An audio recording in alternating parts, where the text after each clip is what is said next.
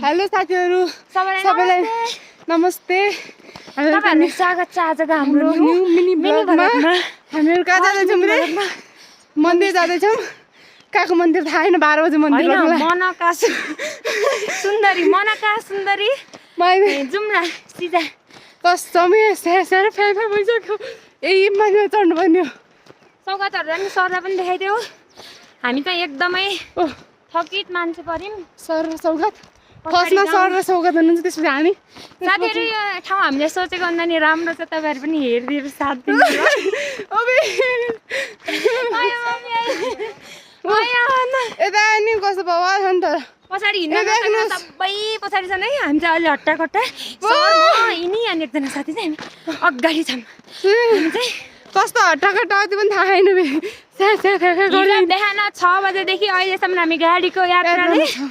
अलि हिँड्दैछौँ जम्मा के रे 2 घण्टाको बाटो उहाँलाई के दिदी घुम्न जानु भन्ने बेला के हल्का एक्साइटेड हुने अनि त्यो घुम्न गाडीमा साथीहरु सोचेको भन्दा नि ठुलो अग्लो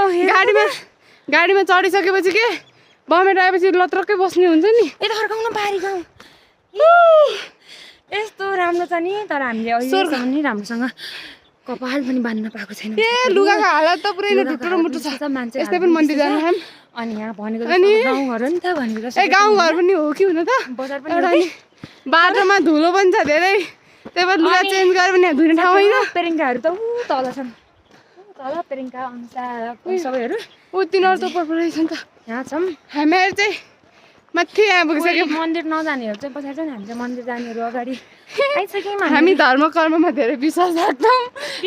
राख्छौँ बाहिरबाट तर भित्र चाहिँ घुस्दैनौँ हामीहरू यस्तो छ नि साथीहरू हामी त त्यो माथिदेखि दौडेर तल अहिले तपाईँहरूलाई यहाँको बाटो तर व्यवस्थित छ तर हेर्नु पलस्तर पनि छ हामी आयौँ भनेर अनि हामीले त यहाँको मान्छेलाई एक दुईटासँग बोलेर नि हामीलाई खाना पकाइदिनु पनि भनिसक्यौँ हामी दुईटैले अरूलाई मतलब छैन हामी जहाँ गए पनि बनाइदिन्छन् बस सर अब हजुरको आमा नि हाम्रो भिडियो पुग्छ है कुनै दिन हेरेर साथ दिनु होला सरलाई वान रिक्वेस्ट हाम्रो बला हेरेर साथ दिनु होला साथीहरु अनि यी बाटो है मम्मी आइ न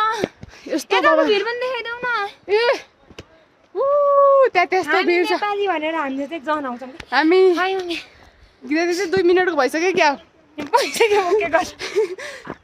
तर पनि हामी बनाउँदैछौँ हामी थाक्दैनौँ अब यस्तो आला बनाउँछौँ के